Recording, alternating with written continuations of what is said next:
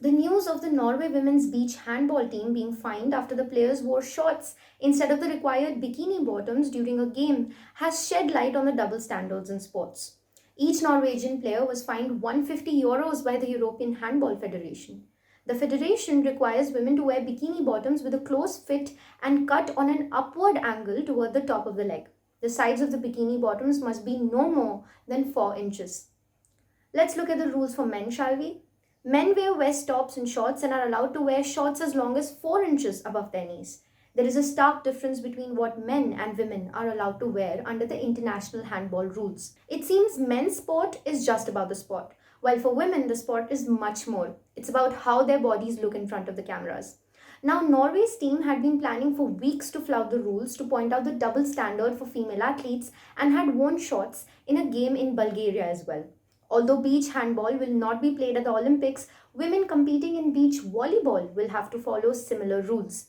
Men have been given the option to wear loose tank tops and shorts, while all four of the options for women are figure hugging. In the past, several women athletes have spoken up about these double standards. In 2011, the Badminton World Federation ordered that women must wear skirts or dresses to play in order to help revive flagging interest in women's badminton. In the early days of the Olympics, it was dictated that women must cover as much of their bodies as possible so they do not become a distraction to men. Women were forced to wear ankle-length dresses with long sleeves and high necks. Now we see the complete opposite happening, where women athletes are constantly sexualized through their clothing. During the 2012 London Olympics, Boris Johnson strung a piece called 20 Reasons to Feel Cheerful About the Olympics for the Telegraph, where one of the reasons said this, and I quote, "As I write these words, there are semi-naked women playing beach volleyball in the middle of the Horse Guards parade immortalized by Canaletto.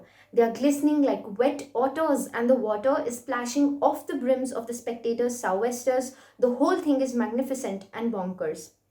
In the 2020 Olympics, women athletes are standing up against sexism in sports.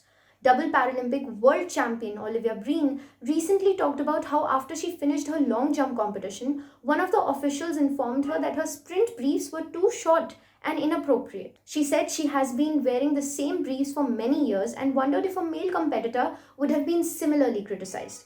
To stand against sexualization of gymnasts, Germany's women's gymnastics team wore full-length unitards ahead of the Tokyo Olympics opening ceremony. Traditionally, women gymnasts have worn bikini-cut unitards since the 1970s. German team's member Elizabeth Seitz said that they were doing this because they want to inspire all gymnasts who may feel uncomfortable or even sexualized in normal suits. In 2010, weightlifter Kulsoom Abdullah was on the brink of qualifying for the American Open tournament when she was eliminated for her clothes.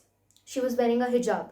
In a 2011 Olympic qualifying match, Iran's women's football team was banned from playing because of their hijabs. While we talk about the double standards and sexism in sports, it is important to know that it is not just about wearing clothes that either reveal more or cover more for women, but about how women's clothing shouldn't be a case up to discussion in sports at all. While some women want to wear revealing clothes, others also want to wear more covering clothes. And that is up to the comfort they feel in what they wear while they're out there competing to get the medal. They are on the field to perform and excel in their sports and not to cater to the male gaze of the audiences.